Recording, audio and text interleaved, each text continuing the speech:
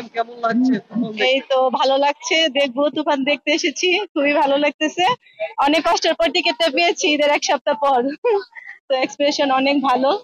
দেখি বাকিটা, মানে যতটুকু ট্রেলার দেখেছি খুবই ভালো লেগেছে। এখন দেখি বাকিটা কেমন। আরো 5টা ছবি বের হয়েছে, জি। ওইগুলো রয়েছে শাকিব খানের সাথে। আম, শাকিব খান তো বরাবরই নাম্বার ওয়ান। আর ওনার ছবি প্রতি বছরই একটি করে রিলিজ হয়। আর ওনার ছবিটা মেবি খুব সুন্দর হয়। আর যতটুকু আমরা দেখেছি খুবই ভালো লেগেছে, ট্রেলারে দেখেছি তো খুবই ভালো লেগেছে। সেজন্য আর কি আগ্রহ করে আসা দেখার জন্য।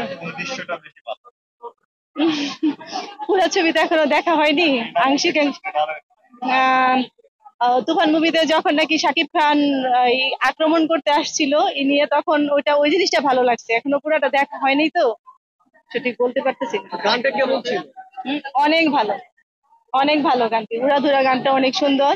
সবগুলা গানই সুন্দর মোটামুটি একটা অভিযোগ এসেছে যে বাকি 3টা ছবি থেকে নাকি শাকিব খানের কপি করা হয়েছে। এটা নিয়ে কি বলবেন? অবশ্যই না, কারণ আমরা বাঙালি, আমাদের ছবি আমাদের পরিচালক যেভাবে করাবে সেভাবেই হবে। আর রায়হান রাফি তো অনেক ভালো একজন পরিচালক। ওটা আমাদের বাহিরের ছবির সাথে তো আমাদের বাংলাদেশের ছবির সাথে কোনো দিলে হবে না, মিল দিলে হবে না। আমরা তো বাঙালি, আমাদের মতে আমরা ছবি করেছি, ওটা আলাদা। ওটা নিয়ে এখানে কিছু বলার নেই। শাকিব খান তো এমনিতে অলরেডি অনেক বেস্ট। কপি করার এখানে কিছুই নেই।